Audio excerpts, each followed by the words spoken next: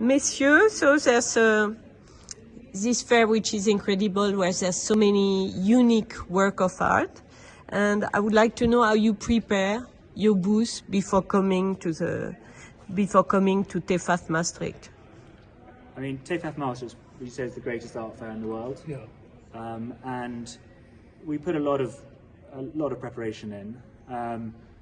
This year, we probably started. I mean, you probably started planning 4 to 6 months in advance. Absolutely. And we sort of offer artworks from the medieval period up until the 20th century, in a variety of periods and mediums. For this is the first Tefaf that we've shown sort of Old Master sculpture, because I'm new to the gallery, and I was an Old Master sculpture expert, so I brought that into Dickinson. But we've got sort of some gold ground paintings from the 14th century, and then we've all the way up to sort of Lucian Freud in 1989. And what is the context now, the economic context? Is it favorable for your field? Is it? Favorable. I think that because the world is shaped now, no? The world is changing always, and the market is changing because we deal in a wide category, in a wide field. The markets of certain areas are harder and others are stronger. What is harder now?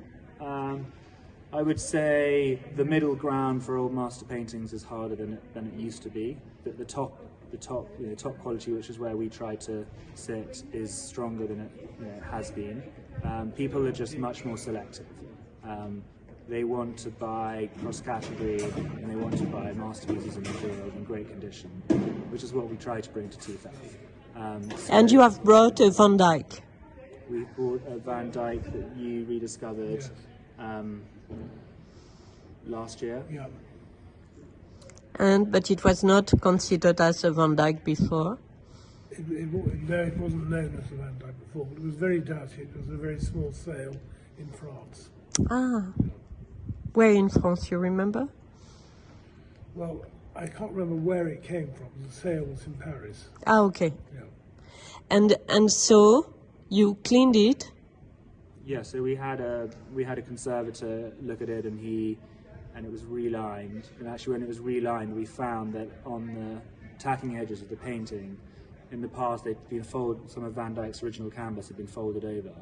So we sort of rediscovered sort of 3-inch section down the side, which had never been seen before, which showed the lion at St. Jerome's feet, which hadn't been seen before. So now you can see in the background the black outlines Van Dyke of the lion. I mean, he painted it very quickly. It's painted very thinly, and he's only 17 or 18 years old. He's a man in a hurry. There was a Van Dyke of St. Jerome, which was sold in New York in January, of the same date, and wasn't in particularly good condition. It fetched $2,300,000. So we priced this one fairly modestly. Okay.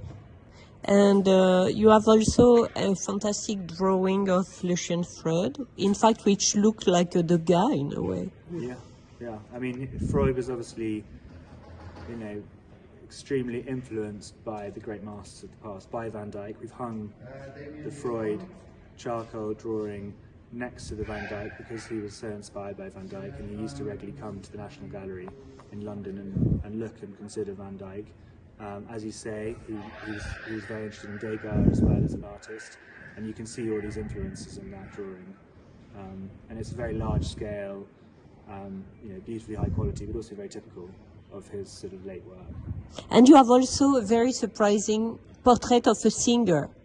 Yes, I mean, a really, really exceptional painting by Johann Zoffany, and very representative of what we at Dickinson want to present, which is we've always, my father for 30 years has always presented the top British pictures in the field, and this is a sort of universal picture.